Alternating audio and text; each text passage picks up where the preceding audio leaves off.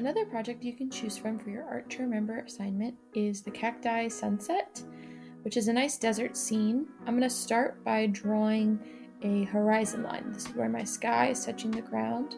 I didn't want this to be straight across. I wanted to have some kind of a rocky ground, so I added some different levels.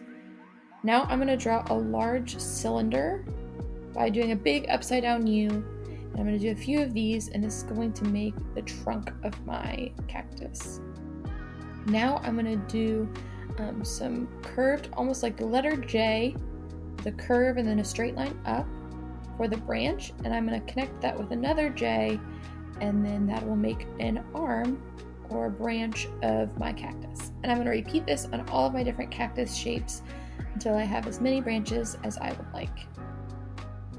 Now I'm going to carefully trace over my pencil with a Sharpie marker, and this is going to start my silhouette process. So a silhouette is basically when you're looking at the shadow side of an object, and if there's a light behind it, you really only see the dark side or the shadow side, which makes a nice black outline. And so I'm going to start by tracing over all my pencil lines with a Sharpie, and I'm filling in with an Expo marker. You could also use a thicker Sharpie marker, but make sure you're using a permanent marker or an alcohol-based marker, because when we do the watercolor, we do not want our silhouettes to bleed. So I repeated that process all over. Now I'm ready for my watercolor. First thing I'm going to do is I'm going to position where my sun is going to be. I traced that with just a circle. I just used a little piece of tape. And now I am going to start getting my watercolor paints ready.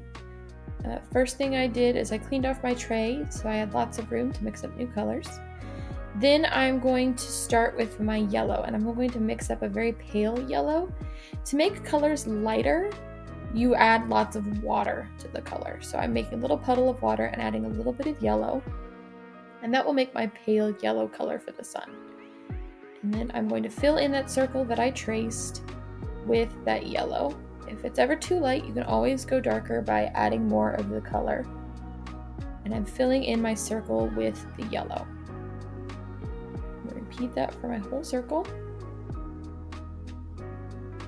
Next, I'm going to go in with the yellow. So this is the shining rays kind of around the sun. And I want this one not to be as light as the previous yellow, so I'm going to use less water and more paint. I'm trying to be very careful. You'll see this in a second that the colors will start to blend. But I'm trying to be very careful to go around where the previous water was, so I don't make the two puddles mix together. And you're seeing them now. They're starting to mix into one another. And it's not really that big of a deal. So I'm just going to lay the colors down, and I can go back and pick up some of those areas that got into my pale yellow sun. And to fix that, I'm going to dab. That's right, I'm going to take a paper towel, and I'm just going to dab in my sun where the lighter yellow is supposed to be. And since they're both about the same color, it's not a huge deal that they mixed into one another. Alright, when I'm done with my yellow, I'm going to move on to orange. And I'm actually, before I go in with straight orange, I'm going to mix a yellow orange. And this will just help transition in between the two colors. So I'm mixing up my yellow, I'm mixing up my orange onto my paint palette. And then I'm going to go around where my yellow was.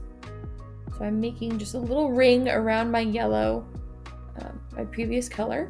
And I'm going all the way around with my orange, my yellow orange that I just mixed.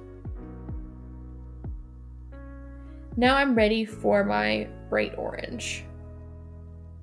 And I'm just going to repeat that same process I did with my yellow orange, just going around the previous color, making a larger ring and expanding it, making it bigger and bigger. And as you'll see, if you take wet paint next to wet paint, they will want to mix into one another. And that's okay, because the colors are close to one another in the color wheel, so they mix really nicely together. And once again, it's starting to mix a little too much, so I'm going to dab once again with my paper towel.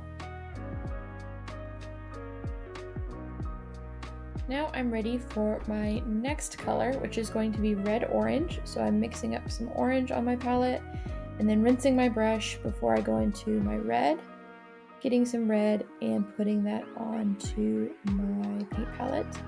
and I make this nice red-orange color. So this will help transition my orange into my red. If you ever need the color to be a little lighter, just add a little water. And now I'm going around my orange section with my red-orange, making that ring around my previous ring to make it even larger and expand like it's shining out from the sun.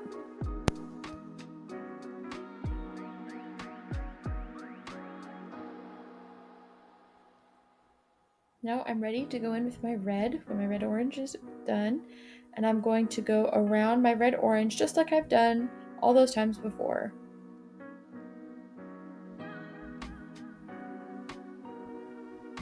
If I ever need to blend, I can just rinse off my brush and just use a wet brush to blend the two colors together. When you're done with your red, you're going to mix up your red-violet. Now the violet color on my paint palettes are a little dark, so a little bit of purple goes a long way. So I'm going to mix up my red, then mix up my purple, mix them together till I get the color I want, and add that into my ring. My ring's kind of expanding from the sun, glowing to make that sunset. I'm rinsing off my brush to go into my purple. And like I said before, if you need to blend two colors together, if they're not automatically mixing right when you put them down, just rinse your brush and take a wet brush and just marry those two parts together. Right when those two areas are touching, you're just going to take the wet brush and go over that spot. For the last color after my purple, I'm going to mix a lot of purple with a tiny bit of black. Purple likes to be a little bit intense, but black is definitely the most intense. So just use a tiny bit of black for your violet black color. And that's going to just fill up the corners of my page. And if you need to do some layers, my dark purple wasn't showing up as dark as I wanted to, I can always do another layer to finish that up. Once I'm done with my dark purple, the sunset is complete. So rinse off your brush in the water, put your paints away, and let's make some awesome art. Can't wait to see what you'll make.